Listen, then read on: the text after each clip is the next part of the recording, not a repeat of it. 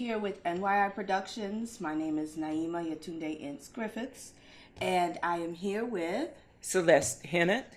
And I want to thank you for tuning in to this episode of the N.Y I Speaks series. I'm really super excited about this series.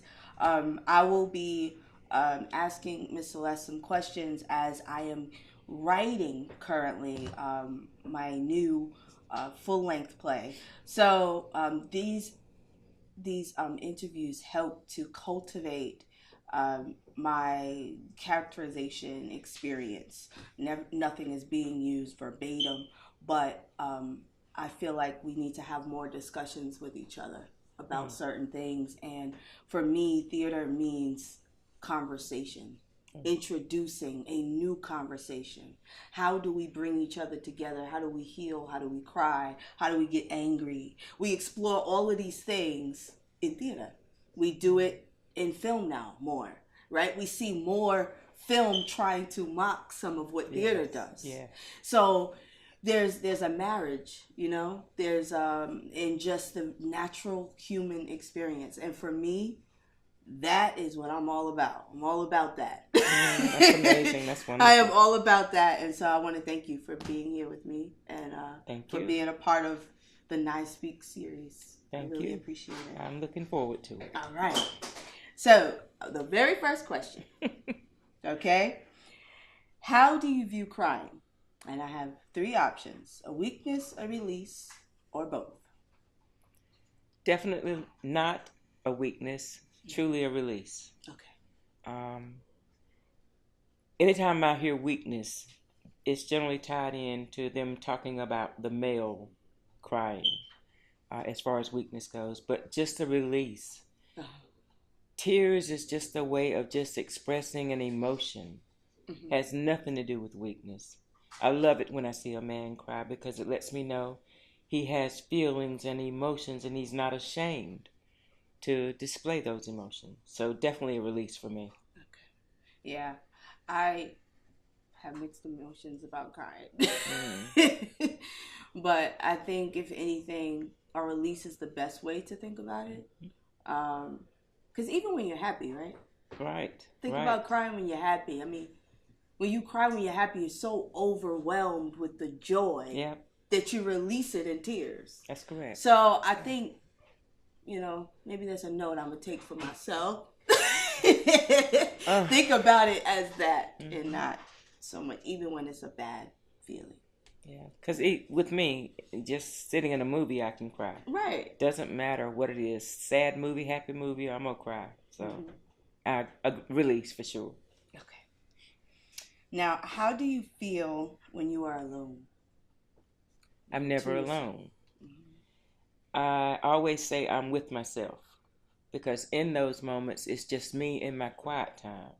And there are so many things you can do when you're with yourself, as long as you don't think you're alone. Alone is tied into lonely. Right. And I'm never really lonely because I'm always either reading or writing or most times just conversing with God. But my mind is always moving with something. So I'm never alone. Okay. Yeah. I like that. So we're going to stay in the same wave, right? Okay. Of spirituality and how you see yourself with that. So how do you view, or do you pray? That's the real question. And how does it make you feel? I have relaxed, renewed, and relieved. Does praying make you feel any of those things? All three of them. Okay. All of them. And a better question would have been, when am I not praying? Okay. Because I always pray. There's just so much to pray about today. And when you think about what you have in your family, you start with family, you start with friends, and you just start with yourself. It's okay to pray for yourself as well. Right. And so prayer for me is just that daily conversation I have with God. Right. Is how do you want me to flow today? What do you want me to do today? I don't make a move without prayer. And when you think about praying for somebody else, there's so many things that you can do. And people don't have to know that you're praying for them. That's true. That's the beauty of it. You can pray for somebody and they don't even know. And with me, I find myself praying for people that I truly don't know. Because if I pass somebody on the street and they attach to my heart in a split second, I'll pray. Right. So prayer is powerful. It doesn't have to be long. It doesn't have to be Holy Ghost renewed. But right. Just pray. Just think it's just a conversation with you and God. Yeah. I like that. And praying is an outlet for some people. Do you see it as an outlet for you? Yes. Because as I was just saying, it's my conversation with God. And it's my moment to release to Him whatever it could be bothering me or something I could be anticipating or wanting. Right. It's totally an outlet, yes. Yeah. And that's a great word. I'm glad you said outlet. Yes, it is a great outlet. Yeah. I think of it as an outlet too. Yeah. It's so funny. I write prayers because I have moments, if I get too up here, I have to get it out so I can get it through here. Yeah. And, me and writing is like a ritual in a sense. Yeah. You know what I mean? And so that's what I do. Sometimes I have to write them if I just can't get it all out. I agree with you. Yeah, and so outlet, I get that too. As a writer, I know exactly what you mean. Yeah. And that is the way that we release a lot of things that we normally would not say or... Right. You can put it in words and put it in your thoughts, and journaling is one of the things I do, and it is so important. Yeah. It is so important. It is. Yeah. All right. Let's go to the next one. This one's fun. Here we go. Okay. Do you wear lipstick? And how often and when? Do I wear lipstick? Indeed. Okay. How often? Every single day. All right. As long as I'm moving about. If I'm in my own home, no, I'm not going to get up and put on lipstick. But okay. My mom taught us all that it was about how you felt about yourself. It's not to please anyone other than me. Okay. I'm not dressing to gain somebody's attention or notoriety. It's just me. It's for me. And so it just does something to the spirit. It's like, okay, God, you created me, and all of these things I can do to improve myself. There's nothing wrong with the appearance, but it just enhances. Yes. So I love lipstick. Yes. I love makeup. Yes. Yes. Well, I always think that makeup is a way to, like you said, enhance your God-given features, right? And I was kind of always raised to think that, as a lady, you have to just have that kind of respect for yourself, just to, don't be afraid to put on a little makeup, a little lipstick to feel like you got it, you know. Right. And that's the whole thing. This conversation that I actually started with my mom, and she was going through something, and she just said to me, "Well, sometimes you just have to cry, pray, and put on lipstick." Ooh, and so here we go. About that. And she's a writer herself, And I said, "Well, my husband died with my next play. I just hope you know that." And then I was like, well, let's talk about that. Yeah. Let's talk about what that means. And we talked about it right then. The crying being the release for her, the fact that the praying is, you putting whatever you got out back in. Yeah. That's how she sees it. Yeah. It's like fortifying yourself back up, building your armor back up. And then putting the lipstick on is like, well, I'm back together now. I got it together. I'm ready to go. And she said, sometimes it's not just about the makeup. It's just about the lipstick. It's about, it's something about your mouth. You know what I mean? And the fact that you are, that's where you speak. That's what, think of it as an honoring thing. Yeah. Because, even in biblical scriptures, they say you got to be careful how you use your tongue. Exactly. Right? So maybe if you dressed it up a little bit, you might be a little bit more mindful. Oh, that's... So maybe that's what we should be saying. Okay, that's interesting. But no, I'm just saying, I'm just, being funny. But yeah, this is, so the conversation kind of started, how I'm starting it with you. It's a great conversation piece. It is. And just the title alone, I've been thinking about it ever since you said the title, and it's amazing. Cry, pray, put on lipstick. Right. It's great. Right. I love it. It's okay. Now, the next one is, do you exercise or dance or music? Like, how do you uplift your spirits in a day? Does exercise help? Listening to music? A little dancing? All of those help. All of those help. I love to bowl. Okay. And so I combine all of that. Music, dancing. Music is number one for me. Yeah. I love music. Music can lift my spirits when nothing else can. And that's, and it doesn't matter what kind of music. It really doesn't. So yes, exercise, I may walk. I do walking. Okay. And bowling. Do you walk in the mornings? I walk mainly in the afternoons. Okay. But I've been so busy here lately, haven't had a chance to do it at all. Right. But as my mom used to say, when the weather breaks, I'm going to get back out there and walk. Okay. But all of those, dancing, music, and all of those, they're so important. Yeah.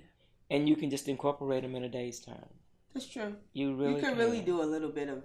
You really can. Anything or all of that, I love music too. Yeah. And it's music. Yeah.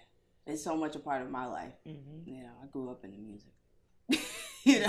Grew up with it. So. Yeah. Mm. So what is your favorite song to listen to lift your spirits? All music. I literally love all music. Right now, Jason Crabb is an artist that I really listen to a lot. Okay. And he's got this one song called Daystar. Mm-hmm. And another one called, let me think of it. Sometimes It Takes a Mountain. His family has that one. And those two songs right there can start my day and lift my day. And then when you think about the happy songs, anything Justin Timberlake or Bruno Mars. Okay, I love Bruno Mars too. And then a powerful song. We sung it at my dad's funeral, and every now and then I think about it because we sung it in his room. Okay. At hospice when he was there, and it's called Nobody Greater. Yeah. And when we think about that, oh my God, when we think about that song can lift us because there is nobody greater than God. Yeah. And so music, I don't care what genre. I don't care. Somewhere over the rainbow to, it doesn't matter. Right. Yeah, I like all different genres as well. Music, it's one of those things where it brings people together. It does. And it can speak any language. It does. Literally can speak any language. It truly soothes the soul. So music is key. Yes, I agree. So do you have all the support you think you need in your life? Let me clear my throat on that. You know what? That's a loaded question because when you think about it,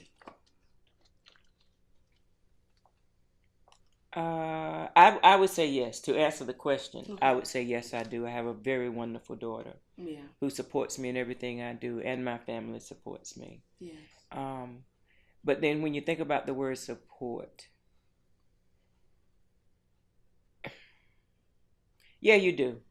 I have all that I need because theater life. I discovered theater life once I retired. And the family in theater is amazing. Is amazing. But then, and the reason I'm hemming and hawing around this question is because the ultimate support for me is God. Yeah. And I don't know how else to say that. But when I have Him, I don't need anything else. Right. Everybody else is secondary to the support that He gives me. He is my all in all. Right. Yeah. So I definitely have all the support I need. I like that. Cool. All right. I love these questions. These are great questions. Okay. Well, thank you. Great questions. Thank you very much. You worked hard on these. And with Mama's help. I can tell. These are great questions. So this one is a loaded question, and it's Okay. open-ended. Okay. Okay? So you got to finish the sentence. Okay. The little girl inside me needs what? Wow. You weren't kidding. That's really loaded. The little girl inside me needs...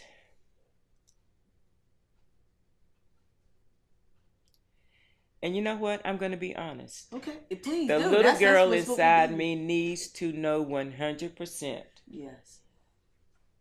that she is okay. Yeah. And by that I mean I don't have to prove anything. Mm-hmm. I don't have to do anything else. I'm fearfully and wonderfully made. And God created me. So whatever flaws I think I may have or that I may possess, it's with me. So I need to know, the little girl inside me needs to know that I'm okay. Yes. Yes. I like that. And I don't know whether that fully answers what you wanted. Oh no, it does. That's because needs it's to know that I'm okay. It's different for, yeah. everyone, but I feel like that's the ultimate reigning thing. Yeah.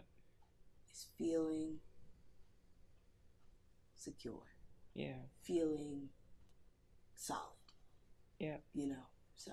And I'm a firm believer that we are our own worst critics. So what the flaws I think I may have, nobody else may right. not see them or even think about them. Right. But so that's what I need to. That's what the little girl needs to know. Okay. I like that. Okay. Thank you. Thank you. So my next question is, what have you learned about being a woman? It's another deep one. It is. Mm-hmm. And it could be more than one thing, but,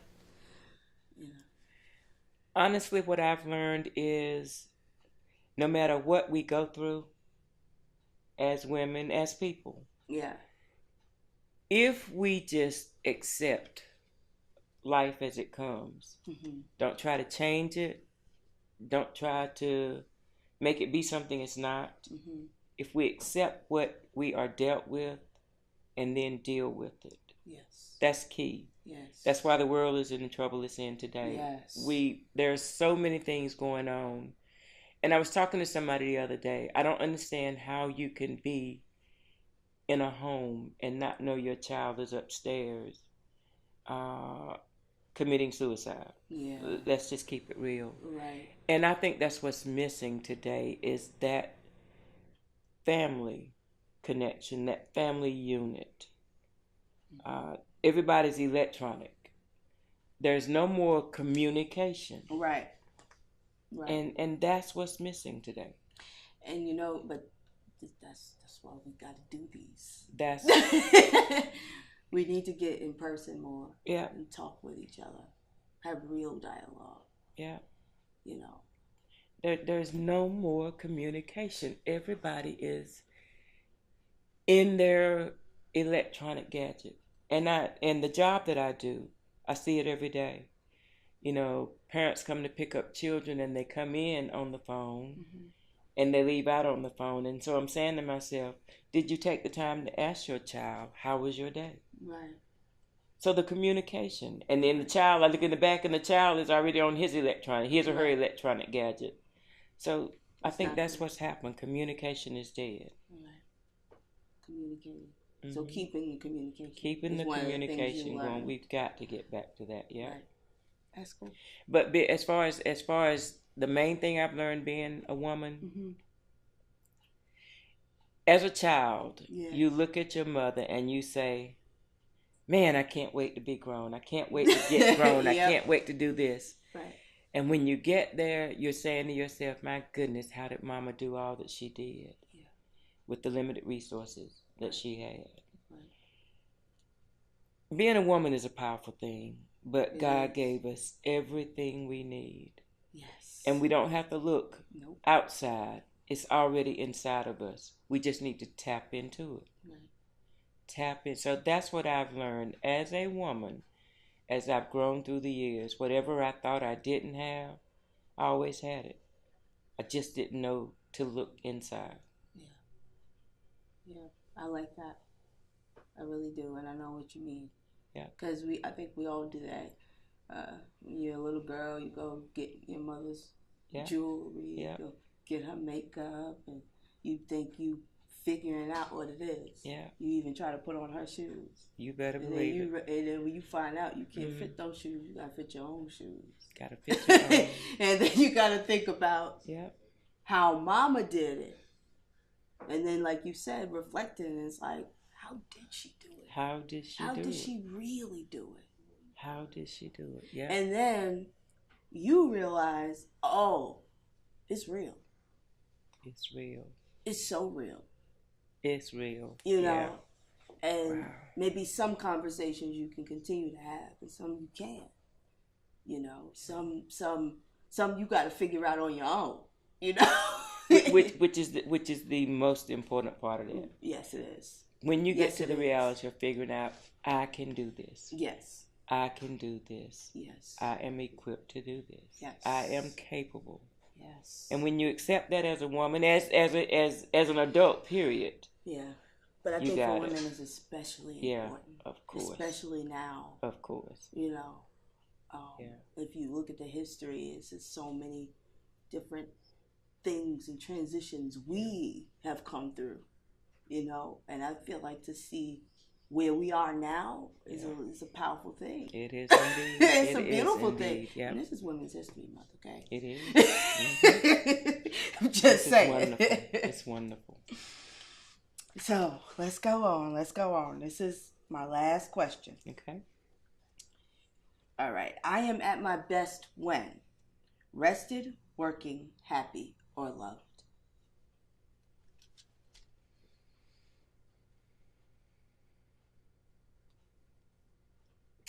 Wow.